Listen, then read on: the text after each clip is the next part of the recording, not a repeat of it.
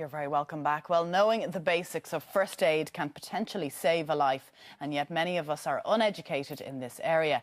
This morning, we're learning how to treat the most common illnesses and injuries suffered by infants, from life-threatening conditions to bumps and scrapes. And joining us to demonstrate is first aid instructor Emma Gregory from the Irish Red Cross. Very welcome again, Emma. You've been a guest on before with us in the past. Why can't you do adult CPR on a child, on an infant? Well, a child is so much smaller than an adult, and when we do an adult, we use our two hands. It's a different type of force. So with a baby, it's the same sort of principle. We're still doing 30 compressions and 2 inflations, exact same principle. We still need to phone the ambulance. It's just that we use 2 fingers as opposed to our 2 hands. First thing is obviously to contact help, before you even start. I guess that's the case, is it? Well, first we want to make sure that we do need to contact help. So when we approach anything with the baby, it's a kind of a tap and clap, so we just tap the little baby. With an adult, we would shake the shoulders. So with a baby, we just tap the feet. So you tap me a clap. If you know the baby's name, say the baby's name. Otherwise, it's baby, baby, can you hear me? So if baby can't hear you, and you were with somebody, obviously then baby is now unresponsive. We need to get some help. Yeah. We obviously want to check his baby breathing. So the way we do that is we just literally tilt the head, and with a baby we're tilting just to 90 degrees, so the nose is just going directly up in the air. Okay. And what we're going to do is to check his baby breathing. We're going to look, listen and feel for between 5 and 10 seconds. So what we're going to do is we're going to be looking to see is the chest and the little tummy rising, to see the breathing. We're going to see, can we feel any breath coming onto our cheek, and can we hear any breath sounds. We just literally get down close to baby, and just between 5 and 10 seconds, that's what we're checking to see. Can I feel anything? Can I hear anything? Can I see anything? So I can't see anything and feel anything, so I know baby's not breathing. I now need to get some help. Now, a lot of the time, if you're on your own, most people have a mobile phone with them. We all seem to be carrying these days. So what you can do is you can actually just dial your emergency services. You can put it on loudspeaker. The guys on the other end are brilliant. They will talk you through everything. They'll keep you calm. They'll tell you what to do. Can I just make that point, Emma, about calmness in a situation where something like this is happening? It's very easy for us to sit here and talk about it logically and all the steps. You're talking about panic in a situation here. How important is it to try at least to maintain some sort of calm?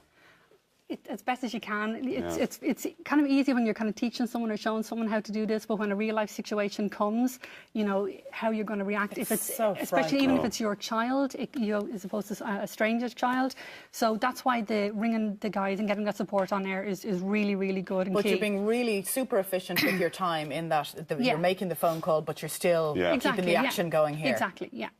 So next thing we're going to do is we're going to start going into our compressions. So our hand goes under here. So what we're basically doing is we're essentially just going under the shoulder blade here.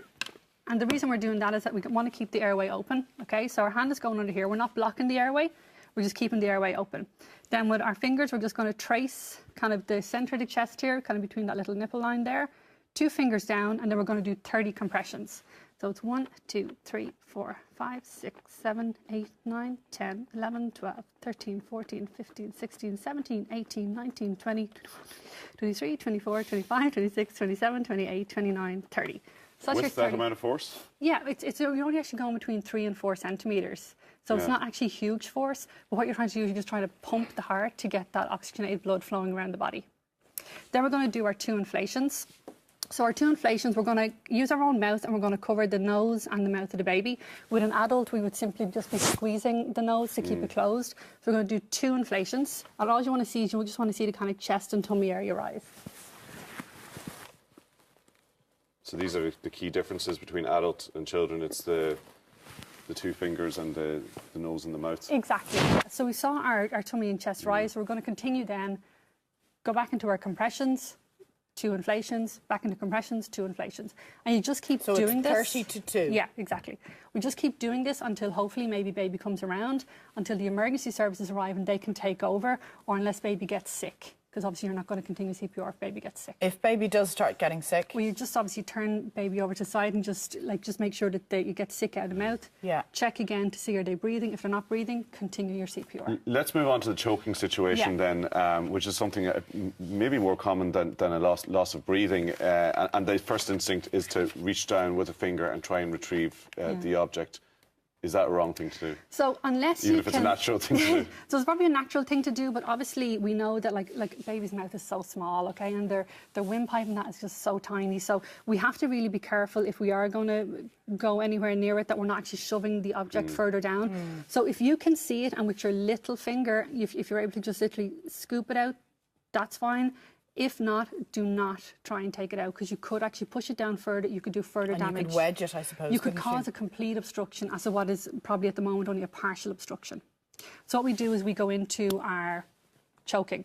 So what we do is we take our dummy or our baby and not the dummy. And what we do is using our hand, we just cradle the head. So we're not blocking the airway. We're cradling the head.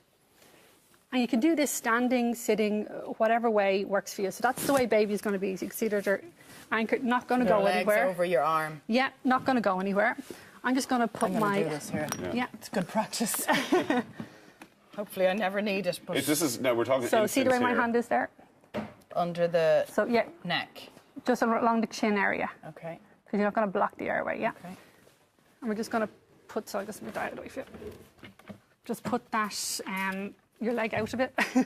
You want to get baby's head lower. Okay, lower. Okay. Yeah, and just sit her down like that a bit, and just slightly lower.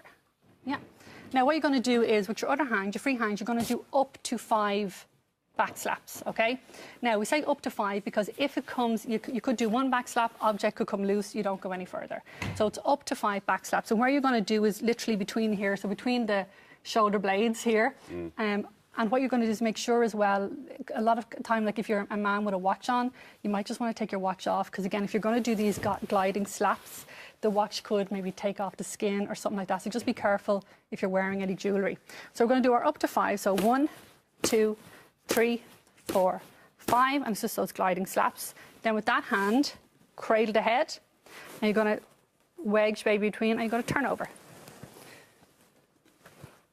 Okay. So you're going to get baby over You're here trying to again. use gravity, aren't you, Emma?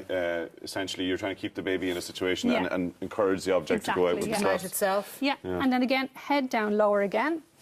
And we're going to go into, similar to what we did with CPR, our little compressions here. So you're going to get your 2 fingers again in along that nipple line. Just about there. And you're just going to do again up to 5. So 1, 2, 3, 4, 5. And if it doesn't come out, just keep going. So you just keep back slaps, compressions, back slaps, compressions. Okay. If the object comes loose, that's great. If the object doesn't come loose and the baby goes unconscious, you go into your CPR like we did before. The only difference is that when you go to do your inflations, just checking them out to see has the object come loose. Yeah, and that you can retrieve it then. Exactly. Emma, hopefully that people will never have to do that. I know, but it's it's so great to know frightening, isn't it? and great to know the steps involved.